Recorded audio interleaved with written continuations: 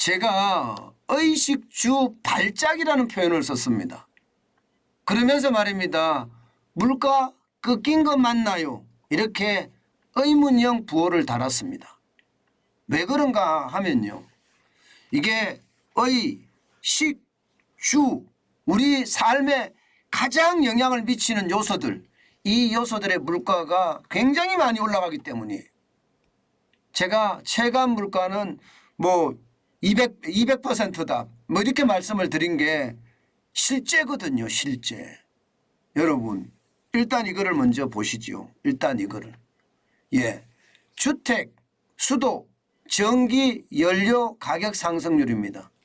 7.3%입니다. 7.3%. 대단하지요. 엄청나게 올라가지요. 이게 국내 소비자 물가는요.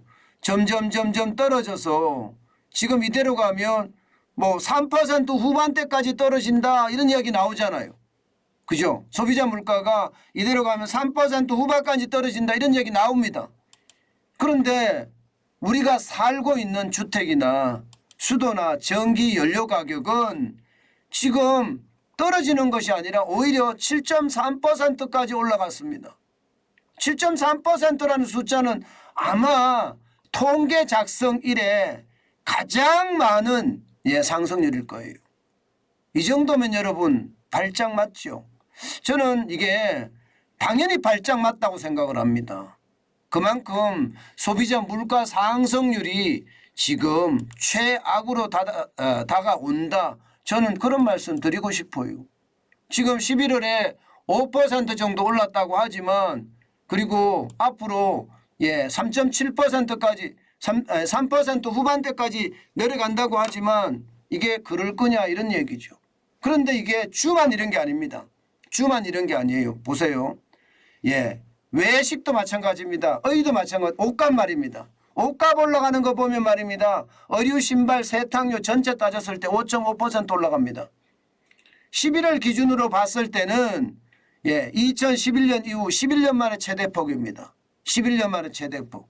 식은 말할 것도 없습니다. 저는 식은 이게 어느 때보다 큰 발작이 일어나고 있다고 생각합니다. 가공식품 전체를 보면 2008년 이후 14년 만에 최대폭 9.4%가 올라가요. 9.4%. 외식 전체도 마찬가지잖아요. 1991년이에요. 31년 만에 최대폭입니다. 8.6% 올라갔습니다. 그러니 뭐 의식, 주, 죄다 발작이잖아요. 죄다. 아마 여러분들이 물가가 이게 뭐 5% 6% 올랐다고 이야기하는데 아니야. 체감 물가는 200% 올랐어. 이렇게 느끼는 게 바로 이런 것들 때문이에요. 우리가 비교적 쉽게 맞닥뜨릴 수 있는 것 거기에 대한 물가가 너무 많이 올라갔기 때문이에요. 너무 많이 올라갔기 때문에. 당장 시장에 가서 호박 하나를 사더라도 시장의 어떤 가격이 굉장히 많이 올라갔다는 거 여러분들 느끼잖아요. 두부 한 모를 사더라도요. 이게 손두부 한 모에 2,000원만 주만 샀던 손두부가 3,000원, 4,000원, 심지어 5,000원까지도 합니다. 그럼 물가가 얼마나 많이 올랐는지 여러분들도 아마 쉽게 느끼실 거예요. 그러니 국민들이 이게 물가가 꺾였단 말이 맞나요? 이런 이야기가 아주 자연스럽게 나오는 이야기입니다. 아주 자연스럽게. 그만큼 말입니다. 물가 오르는 거 지금 이게 감당하기 힘들다 이런 이야기가 나와요. 문제는 여러분 문제는 소득까지 줄었다는 사실이에요.